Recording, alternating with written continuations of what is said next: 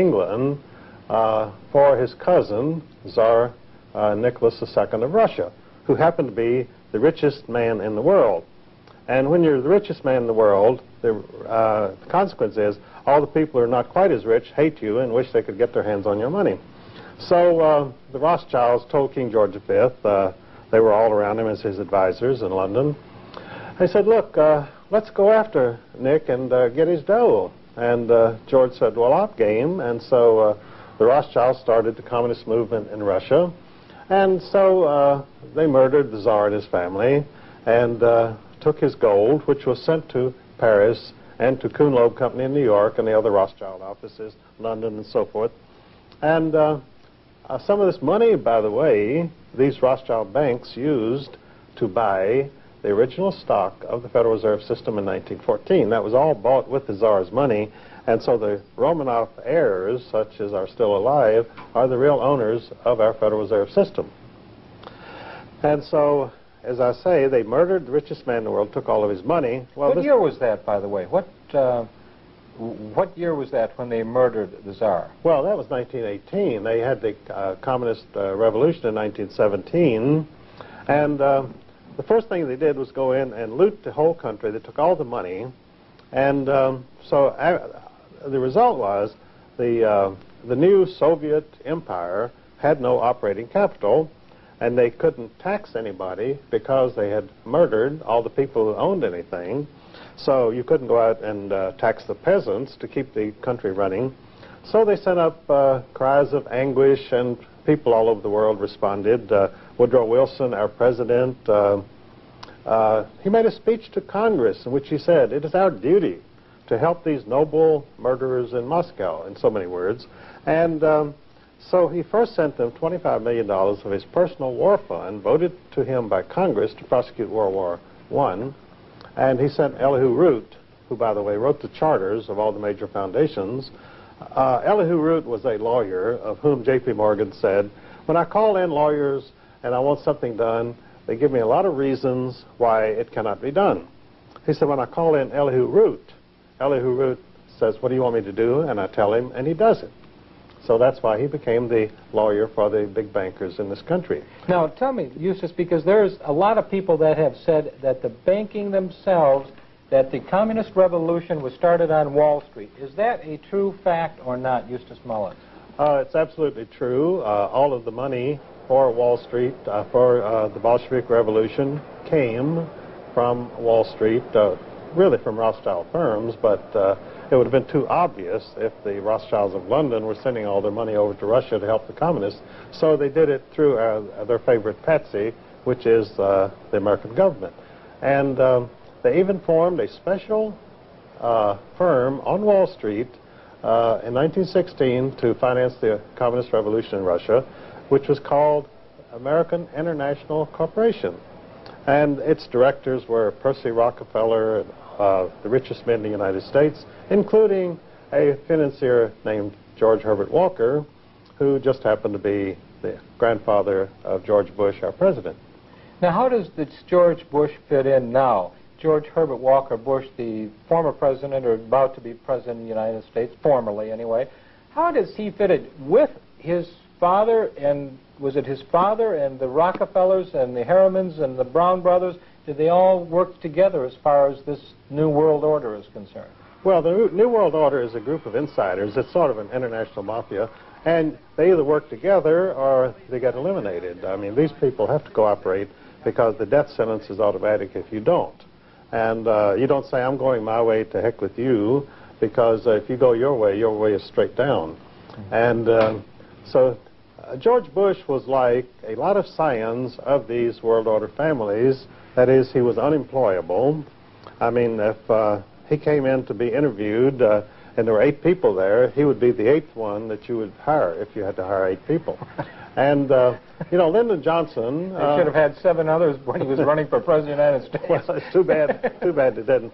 Lyndon Johnson was quite a perceptive guy. He was a Texas redneck, and he came to Washington and he looked at all these bright young men at the Central Intelligence Agency who were from the wealthiest families in the United States. They were there as a lark. They wanted to play James Bond, and their families would do... and as Lyndon said, he said the CIA is composed of scions of wealthy families whose families would never dare let them near the business because it would be dissolved within 6 weeks.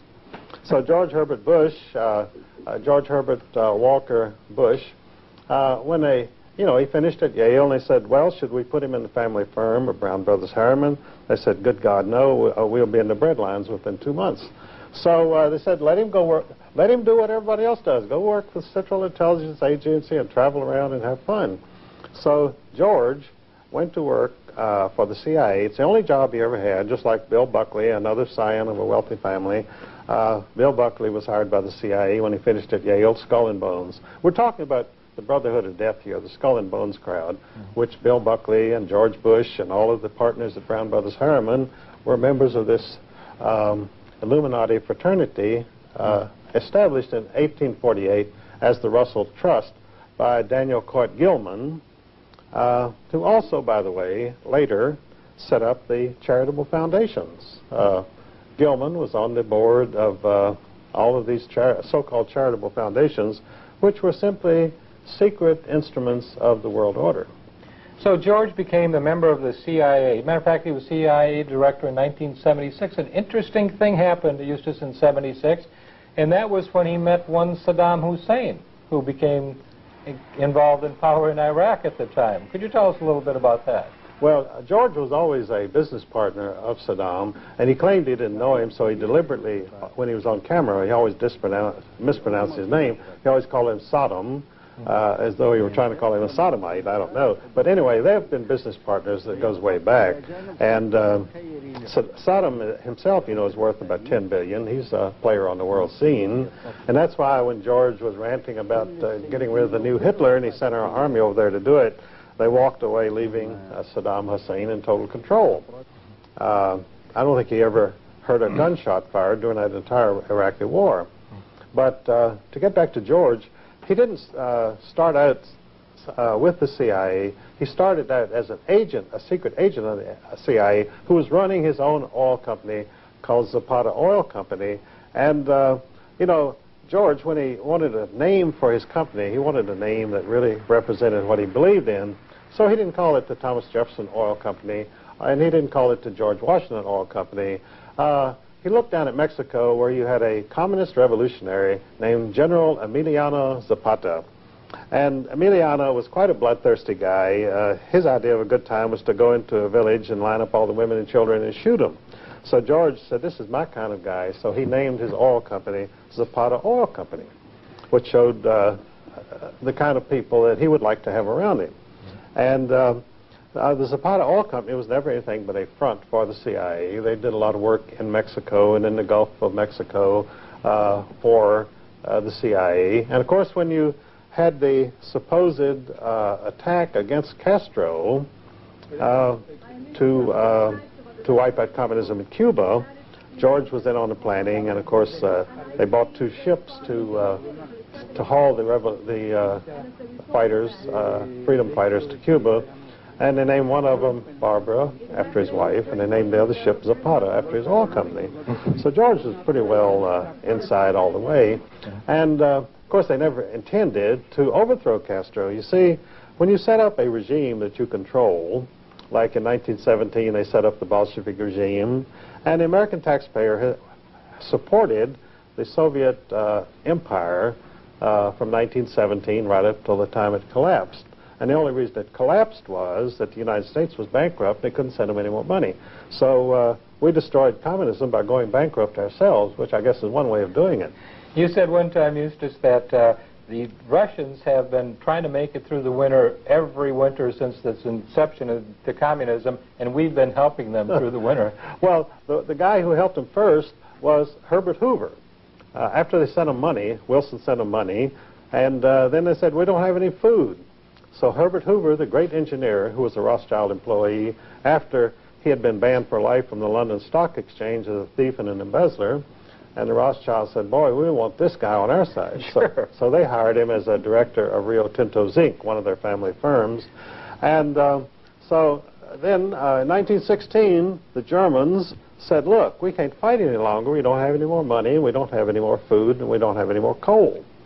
So the Rothschilds said, well, hang on and we'll see what we can do. So they got Herbert Hoover to inaugurate the German Relief Commission. But since we were at war with Germany, they couldn't well call it the German Relief Commission, so they called it the Belgian Relief Commission.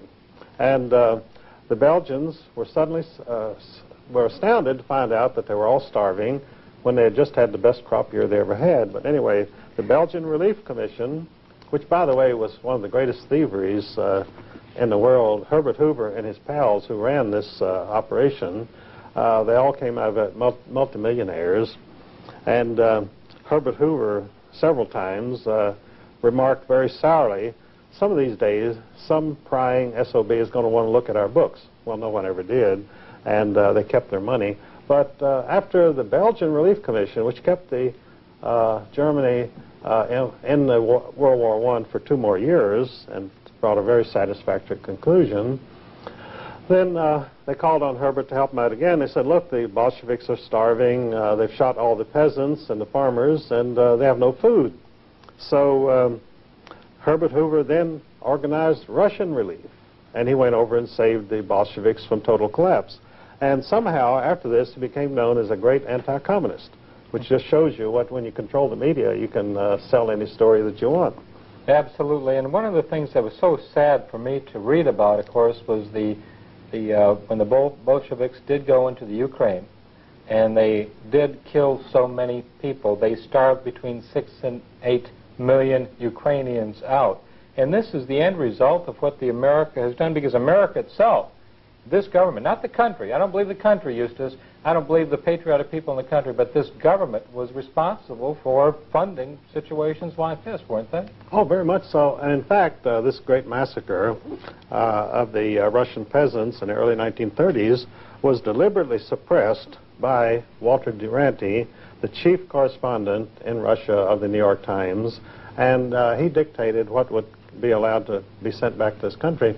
They totally suppressed this so that Franklin D. Roosevelt, as a principal plank of his platform in 1933, that was to give official diplomatic recognition to Soviet Russia so we could send them even more money, of taxpayers' money, than they'd been doing before. So, but they couldn't do this if the press was going to print a story that 10 to 12 million Russians had been murdered by Stalin.